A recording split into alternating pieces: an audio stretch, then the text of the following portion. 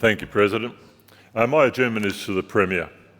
It's fair to say that Trump's disastrous excursion into Iran has dominated headlines since it began. It has effectively overshadowed any coverage of the Israeli Defence Forces' ongoing genocide in Gaza. The closure of the Strait of Hormuz and global fuel prices diverting attention from the fate of the Palestinian people.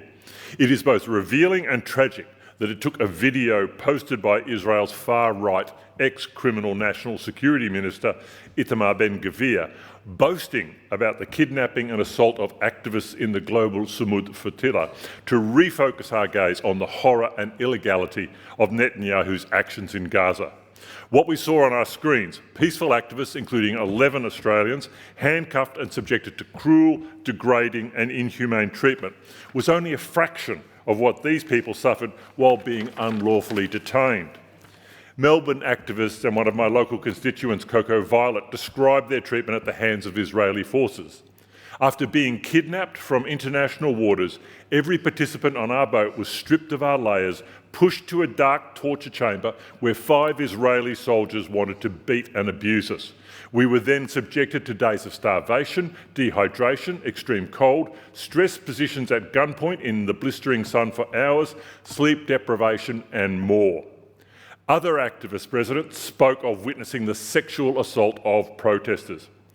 If this is what happens to Westerners under the scrutiny of the international media, one can only imagine what horrors tens of thousands of Palestinians, many of whom are children, are subjected to in Israeli prisons without such scrutiny.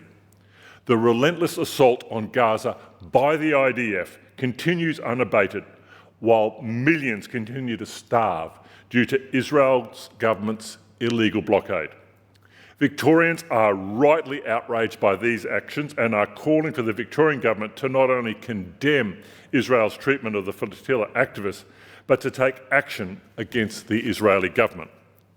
So I ask the Premier, what meaningful actions, including sanctions, is the Victorian government taking to express the outrage of Victorians at the treatment of the flotilla detainees and the ongoing genocide in Palestine?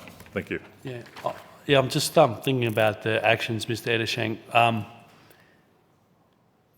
and I think it's. I set a standard at the start of the term which wasn't available to members to call on. If your action was to call on the Premier to advocate to the Prime Minister to take action, given it's like foreign affairs and the topic that, and I respect it's a very sensitive topic, the topic that you are speaking about. So we're happy to review your action if you like, or if you wanted to change your action for the Premier to advocate to the Prime Minister to do the actions that you called on, if that's okay with you. Could I just make a couple of points, Yeah, sure. Mr. President? Firstly, very early in this term, we called on the government to cease its trade relationship and the Defence MOU, which the government duly did, I think, in December 24. The government also maintains specific trade relationships with the State of Israel. And so I think it is within the scope of the Premier. And the third point would be, we've already seen other governments, both the local government and state governments, take actions against, say, for example, the purchase of Israeli products.